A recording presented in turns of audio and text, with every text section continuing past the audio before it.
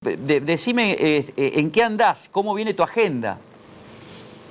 Bueno, sí, el libro es a 20 años de la ley que sancionamos de mi autoría en el país, una ley aprobada por unanimidad en ambas cámaras, que fue la ley migratoria 25871, que significa consolidar a la migración como un derecho humano en un país como el nuestro que se construyó a partir de las migraciones. Podemos hablar de nuestros abuelos, en general todos migrantes que llegaron a la Argentina buscando trabajo, buscando un futuro y lo encontraron. Presentamos en la Feria Internacional del Libro de Rosario hace muy poquitos días este libro, un libro colectivo, porque lo escriben muchos especialistas en la materia, estadísticos, abogados, especialistas en el tema migratorio, que fueron quienes colaboraron conmigo cuando yo presenté el proyecto de ley en la Cámara de Diputados de la Nación y lo pude votar primero como diputado nacional y después como senador nacional. El próximo jueves, pasado mañana, lo presentamos en Eudeva, en la ciudad de Buenos Aires, porque el libro está editado por dos universidades y esto es muy importante en momentos... No cualquiera tiene de editorial, o sea, o presentado, digamos, por dos universidades. Esto es importante destacarlo. Es muy importante en momentos donde se cuestiona las universidades públicas y las universidades públicas siguen jugando este rol fundamental en la cultura, editando, por ejemplo, este libro, la editorial de la Universidad Nacional de Rosario y Eudeva, que es la gran editorial de la Universidad de Buenos Aires, con toda esa trayectoria que tiene Eudeva desde la década de 1960 del siglo pasado. Y el próximo jueves lo presento en la ciudad de Buenos Aires, junto con los distintos autores que me acompañaron en la edición de este libro. Y el día domingo, vamos a estar el próximo domingo a las 5 de la tarde en la feria de la ciudad de Santa Fe. Así que también para mí es un... Voy a participar, Giustiniani, voy a participar. La verdad que va a ser un gusto poder participar de esa presentación. Por supuesto que estás totalmente invitado, a ser un gusto que participes junto a nosotros de la presentación ahí en la ciudad de Santa Fe. Voy a hacer la última pregunta y después abro el abanico, digamos, con mis compañeros. La reforma constitucional, ¿cuán importante es? ¿Qué es lo que pretendés vos? Porque yo creo que, sos un imprescindible para la política, siempre has tenido proyectos de ley, no es esto hay que destacarlo porque habitualmente hay muchos diputados que calientan sillas, calientan bancas, pero vos siempre has tenido proyectos de ley que quieren cambiarle mejorarle la vida, la calidad de vida de la gente. ¿Qué necesita la Constitución ser reformado? Bueno, primero actualizarla a los nuevos tiempos, una Constitución de 1962, evidentemente que nadie puede sostener que es una Constitución que todavía da respuesta a la realidad actual y tiene cuestiones tan elementales como que las sesiones ordinarias en Santa Fe empiezan el 1 de mayo, un anacronismo absoluto, sí, en donde medio año estás en extraordinarias. Desde eso hasta cuestiones elementales como que una Cámara, como la Cámara de Diputados, le da 28 diputados a quien gana y los 22 restantes se los reparte por sistema DON. Necesitamos Consejo de la Magistratura para que la elección de los jueces no quede a discrecionalidad del gobernador de turno. Necesitamos adecuarla a los nuevos tiempos que son los nuevos derechos de los usuarios. Por ejemplo, vemos que en Santa Fe vamos de tarifazo en tarifazo. No he visto a ningún legislador en la audiencia pública cuestionando los aumentos que se están dando en los servicios públicos muy por encima de la inflación y que golpean en un momento tan complicado al bolsillo de la gente en nuestra provincia. Y por lo tanto necesitamos que esos derechos de los usuarios, como están en la Constitución Nacional, también estén en la Constitución de la provincia de Santa Fe. Los derechos ambientales. tampoco están en la Constitución, no podrían haberlo estado cuando hace más de 50 años eran temas que no tenían relevancia. Hoy el derecho al agua es el primer derecho humano y nosotros lo incluimos en un proyecto de mi autoría, en la ley de agua de la provincia de Santa Fe, pero necesitamos que tenga rango constitucional. O sea que también el derecho a opinar de la ciudadanía y a participar en eso que deben ser institutos fundamentales como el plebiscito, como los referéndums, una democracia de nuevas bases. Creo que todos estos temas son los temas que deben incluirse en una nueva constitución en la provincia de Santa Fe. Te faltó la autonomía, me parece que la autonomía municipal, digamos, sobre todo para Rosario va a ser muy importante. Rosario y Santa Fe creo que va a ser muy importante. Sí, lo hemos charlado con vos, Rodrigo. Yo creo que al estar en la Constitución Nacional, con una ley es absolutamente suficiente la autonomía municipal, tanto para la ciudad de Santa Fe como para Rosario, pero bueno, mejor le da que darle rango constitucional, así terminamos con ese viejo debate donde hay algunos que sostienen de que se necesita una reforma constitucional. No es mi caso, yo creo que es, y además hay fallos, hay jurisprudencia de la Corte Nacional que plantean de que no es necesaria una reforma constitucional para darle autonomía a las ciudades. Pero bueno, bienvenido también ese tema como un tema muy importante, ¿no? Abrimos el juego. Primera pregunta, Sergio Ferreira. Rubén, ¿cómo va? Buenas tardes. Dentro de todo esto, Sergio? muy bien. Dentro de todo esto que estás mencionando, se me ocurre como inquilino, y esto es absolutamente autorreferencial, no, espero que no le asombra a nadie, pero como inquilino y como habitante de una ciudad en donde el déficit habitacional es gigante, y en donde en los últimos días en una ciudad también se está discutiendo la venta de terrenos nacionales para quién sabe qué, pero nadie habla de tratar de paliar esos o ese déficit habitacional con esos terrenos. También me parece que en la Constitución se tiene que hablar de eso, el acceso al techo, a la vivienda digna, a que quienes somos inquilinos no tengamos que destinar el 60% de nuestros ingresos a pagar impuestos, servicios y alquileres y expensas. Me parece que eso también tiene que estar en una nueva reforma. Totalmente, Sergio, totalmente. Hemos charlado con ustedes proyecto de ley que nosotros presentamos con el tema de favorecer a los inquilinos, desde cuestiones tan elementales que se le quieren cobrar al inquilino cuando tiene que alquilar, que le alejan la posibilidad de tener una vivienda digna, y sobre todo a los jóvenes, golpea muchísimo a los jóvenes este tema, que quieren formar un hogar y no lo pueden hacer. Hemos presentado leyes para favorecer el alquiler joven. Por supuesto que debe tener rango constitucional el derecho a la vivienda, como el derecho a la salud, como el derecho a la educación, como lo son todos los derechos sociales. Vamos ahora a la pregunta de Natalie Bedini. Hola Rubén, buenas tardes, un gusto poder hablar con vos. Mi pregunta tiene que ver... buenas tardes, bien. Mi pregunta tiene que ver con lo que decías al principio, digo, lo ridículo que es, lo corto que es el plazo de sesiones ordinarias. Y sin embargo en esto hay como cierto apuro del gobernador Puyaro para que la reforma se dé antes del 30 de noviembre, de hecho ya está presentado.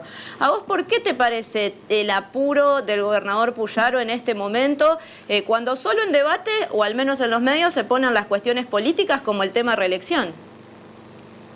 Bueno, sí, yo creo que han puesto siempre desde el poder el carro delante de los caballos, y por eso se ha tropezado una y otra vez con la misma piedra por poner como prioridad la reelección del gobernador que está en funciones en ese momento, y eso es lo que ha obturado la posibilidad de una reforma constitucional, lamentablemente. Tal es así que nosotros, y lo hemos charlado con ustedes también, el último proyecto de reforma constitucional que presentamos, planteamos directamente la no reelección del gobernador, porque la provincia de Santa Fe ha demostrado institucionalmente que ha funcionado muy bien sin reelección del gobernador. La fuerza política que gobernó bien tuvo su reelección de su fuerza política y fue otro gobernador, y por lo tanto ese bien preciado de la democracia que es la alternancia funcionó bien en Santa Fe. Por lo tanto, En ese sentido creo que le hace muy mal poner siempre como tema principal la reelección del gobernador que está en funciones, porque fíjate vos que no solamente eso produce un rechazo a nivel de la oposición, sino del mismo oficialismo. Genera un debate dentro del mismo oficialismo y es tantas veces como ha pasado en la provincia, el mismo oficialismo que obtura la posibilidad de la reforma constitucional por ese fantasma que siempre se pone arriba de la mesa, que es la reelección del gobernador en funciones. Rubén, tengo otra pregunta, cambiando del tema reforma constitucional, pero aprovechando tu sabiduría, y que tiene que ver también con la reforma de la justicia, que también de alguna forma el gobierno provincial está apurando, y de hecho el bloque socialista ha presentado su proyecto sobre reforma judicial para agregar un magistrado más a la Corte Suprema. ¿Qué opinión tenés vos de la reforma de la justicia y por qué el gobernador está haciendo tan rápido las reformas? Bueno, yo creo que hay una vocación hegemónica que determina esto que estamos viendo ahora en la provincia. Una provincia de Santa Fe donde lamentablemente tiene una legislatura que la oposición no existe. Y vemos una vocación hegemónica que se manifiesta en todos estos temas. Por supuesto que la justicia necesita una renovación. Por supuesto que la justicia debe ser más eficiente. Lamentablemente los proyectos de ley que presentamos de hace muchos años en la legislatura, por ejemplo, para un consejo de la magistratura que elija jueces probos por oposición y por antecedentes y no por amiguismo político, lamentablemente el oficialismo de turno nunca dejó que progresen esos proyectos. Pero bueno, yo espero, así como hablábamos recién de la Constitución, que no se ponga como prioridad la reelección del gobernador en funciones, también en la justicia, que no se ponga como prioridad una vocación hegemónica que vemos de tratar de poner jueces amigos. Creo que eso le haría muy mal a la provincia. Hay que discutir. Pará. No te la puedo dejar pasar. ¿Se está atendiendo a eso, Rubén? ¿Se está atendiendo a eso? ¿Pensás que va a suceder lo que quiere Puyaro justamente la suma del poder público? O una justicia a su medida. La vocación hegemónica creo que está claramente demostrada de cómo está funcionando hoy las instituciones de la provincia. Reitero, no hay oposición en la provincia. Yo nunca vi que se aprobaran leyes con la velocidad que se aprueban, se mandan una semana y a la otra semana ya están sancionadas. Nunca lo vi eso en la legislatura de Santa Fe. Creo que hay sí una vocación hegemónica clara.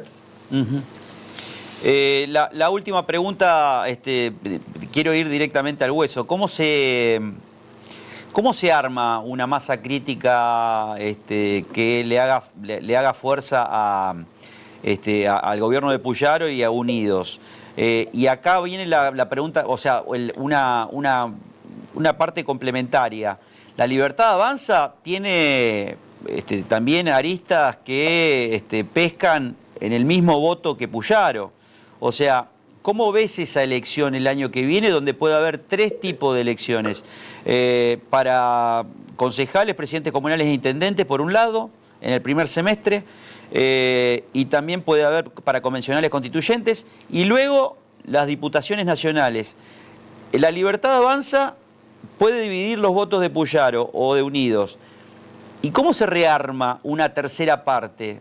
¿Se pueden poner de acuerdo todos los que piensan más o menos parecido con un acuerdo programático? Sí, yo creo que no hay que manosear el tema de lo que siempre se dice en campaña, acuerdo programático, y después termina siendo a ver cómo me acomodo con algún cargo. Yo creo que si no ponemos lo que hablábamos al principio, los temas fundamentales que no aparecen en la provincia de Santa Fe todavía, y que es el bolsillo de la gente, el primer tema y fundamental, y cómo hacemos para que una provincia con la fortaleza que tiene mucha plata, que le ingresa mucha plata, se vuelca eso en el bienestar de la gente, me parece, de las vecinas y vecinos de Santa Fe. Creo que este es el tema clave. De ahí a una política que está desprestigiada, a partidos políticos que están rotos en 1000 pedazos, bueno, evidentemente el surgimiento a nivel nacional de este experimento de Milei, evidentemente que expresa ese disconformismo, ese malestar de la gente con el sistema de partidos políticos tradicionales.